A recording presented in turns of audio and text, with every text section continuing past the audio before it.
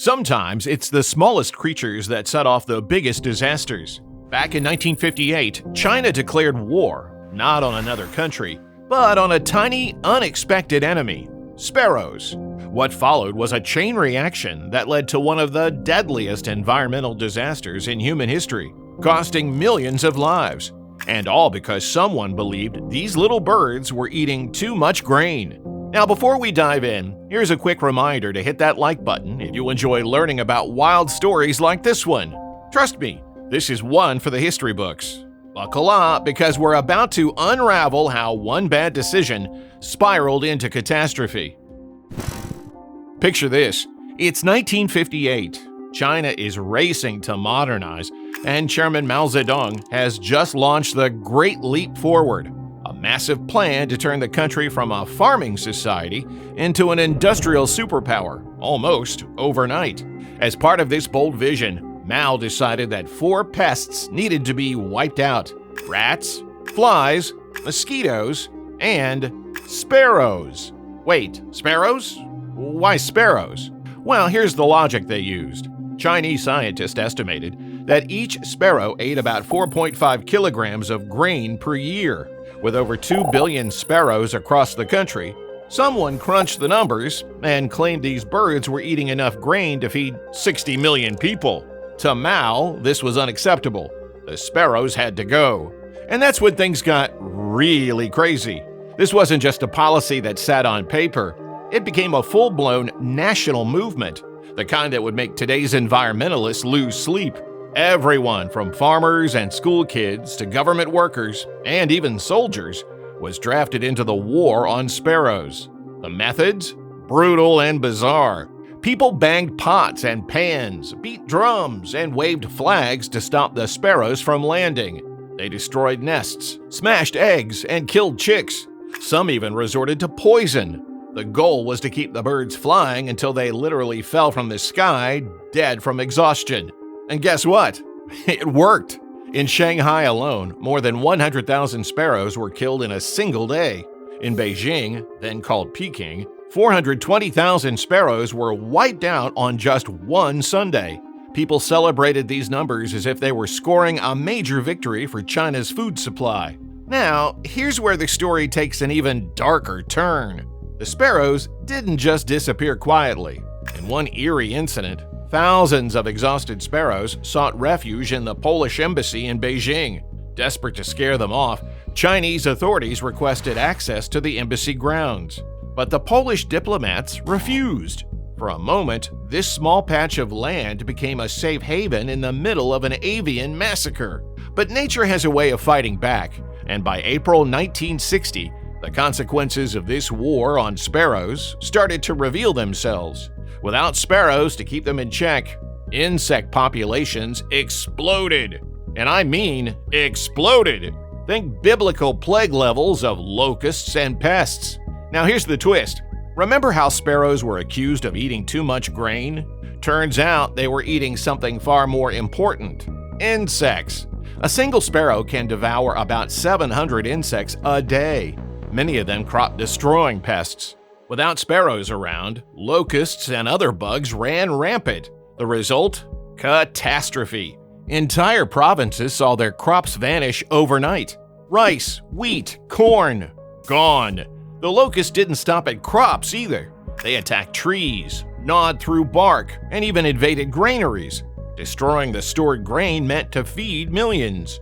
In some areas, caterpillars were so numerous you could actually hear them chewing. Imagine that, a never-ending sound of destruction. Millions of tiny mouths feasting non-stop. By 1960, it was clear something had gone terribly wrong. Scientists who initially supported the campaign started to speak out. They discovered what should have been obvious all along.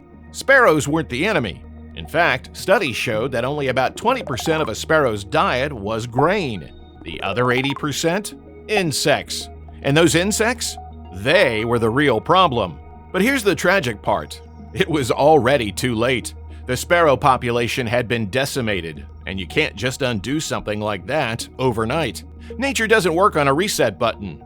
In a desperate attempt to fix their mistake, China imported 250,000 sparrows from the Soviet Union. Just think about that.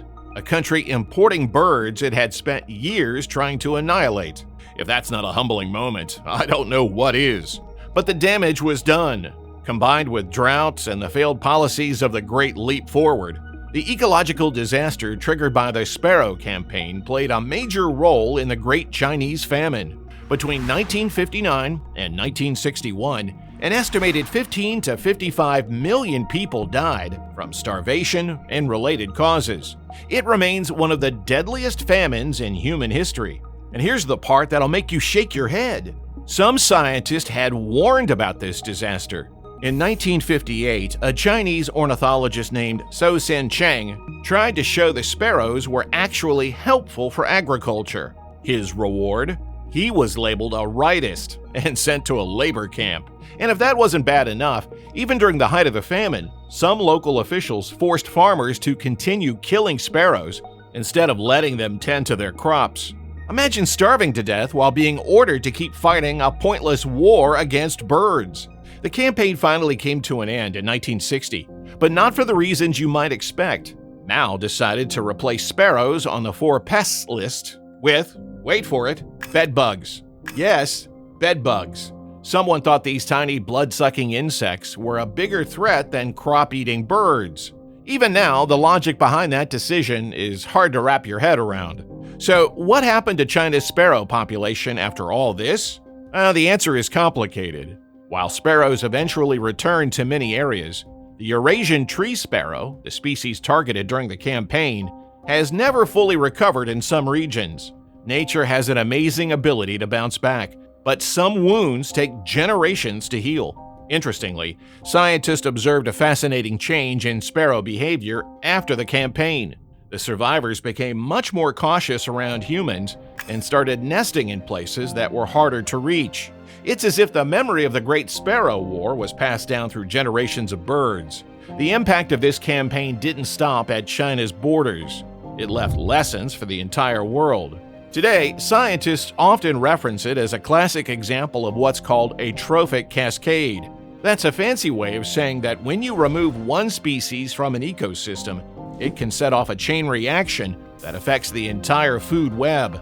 Here's something that might surprise you. The Sparrow War changed how China approached environmental problems in the future. In the 1970s, when Fujian province faced a massive rat infestation, officials didn't rush to exterminate them. Instead, they studied the rats' behavior and their role in the ecosystem first. They weren't about to make the same mistake twice. And then there's the incredible story from Beijing. In 2004, during construction for the Olympics, workers stumbled upon an old neighborhood with an unusually high sparrow population. Turns out, the residents had secretly protected sparrows during the 1958 campaign, defying government orders. They'd passed down stories of this quiet rebellion through generations.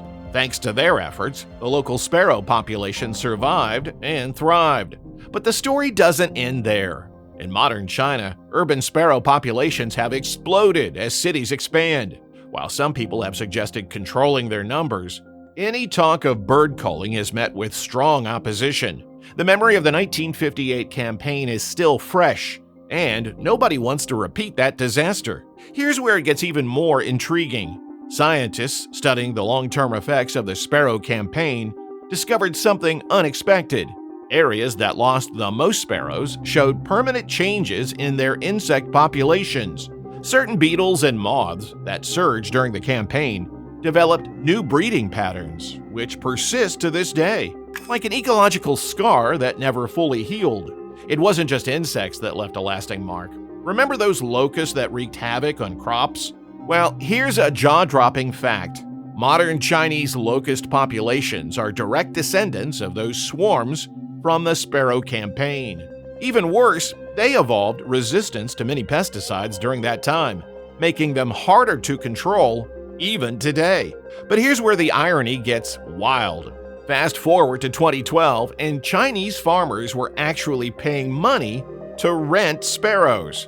That's right, the same birds their grandparents once hunted to extinction were now being hired as natural pest control. Some farmers even went as far as building special houses to attract sparrows back to their fields. China has come a long way since then. Today, the country boasts some of the strictest wildlife protection laws in Asia. Even sparrows, once vilified as crop thieves, are protected by law. Killing wild birds in large numbers can lead to hefty fines or even jail time. And yet, here's the part that hits close to home. We're still making the same mistakes around the world. Take 2021, for instance, when several U.S. states approved mass culling of cormorants because fishermen complained the birds were eating too many fish. Sound familiar?